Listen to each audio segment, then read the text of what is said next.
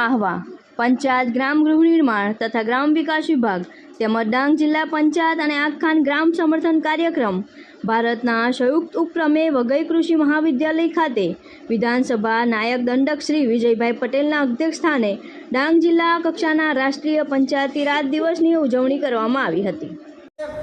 તો તાલુકો મજબૂત, ગ્રામ પંચાયત મજબૂત બનશે, તાલુકા પંચાયત મજબૂત બનશે, જિલ્લા પંચાયત જિલ્લો મજબૂત બનશે, રાજ્ય મજબૂત બનશે અને દેશ મજબૂત બનશે। તો શરૂઆત ક્યાંથી થાય છે? ગ્રામ પંચાયત થાય છે અને એના માટે પણ આપણને અધિકારો આપેલા છે। આપણને ગ્રામ સભા આપેલી છે। ગ્રામ સભાની અંદર આપણને જે રીતે આપણે સરપંચ ચૂંટીએ છીએ, સરપંચ એનો અધ્યક્ષ રહે છે, તો સરપંચને પણ એક સેક્રેટરી આપેલો છે, એને આપણે તલાટી મંત્રી કહે છે, એમનો સેક્રેટરી છે। તો એમાં આપણે બધાને જે કાંઈ આપણી જે રજૂઆત હોય, આપણે ગામના પંચાયતના સુખાકારી માટે જે કાંઈ ચર્ચા કરવા માટેનો આપણને એક હક આપેલો છે। આજે રાષ્ટ્રીય પંચાયત રાજ દિવસની ઉજવણી ડાંગ જિલ્લામાં વઘઈ ખાતે કરવામાં આવી હતી।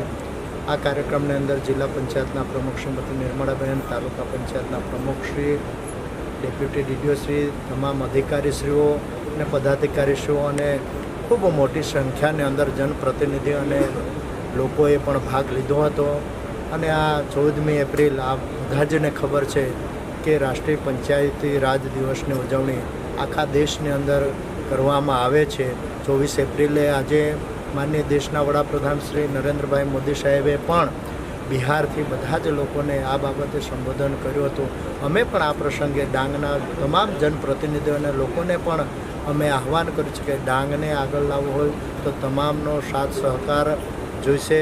તમામ જે સંસ્થાઓ છે, અહીંયા આગાખાના જે સંસ્થા છે એમને પણ આ પ્રોગ્રામની અંદર ખૂબ સારું એવું યોગદાન આપ્યું છે। તો તમામ સંસ્થાઓને પણ અમે અપીલ કરી છે કે આપણે એક ટીમ બનીને સરકાર, સંસ્થા, લોક ભાગીદારી, દરેક જનપ્રતિનિધિ જાગૃત થઈને આપણે ગામથી શરૂઆત કરી, ગામનો વિકાસ થશે તો ગ્રામ પંચાયતનો વિકાસ થશે, તાલુકા પંચાયત તાલુકા લેવલે વિકાસ થશે, જિલ્લા લેવલે વિકાસ થશે, રાજ્યનો વિકાસ થશે અને દેશનો વિકાસ થશે।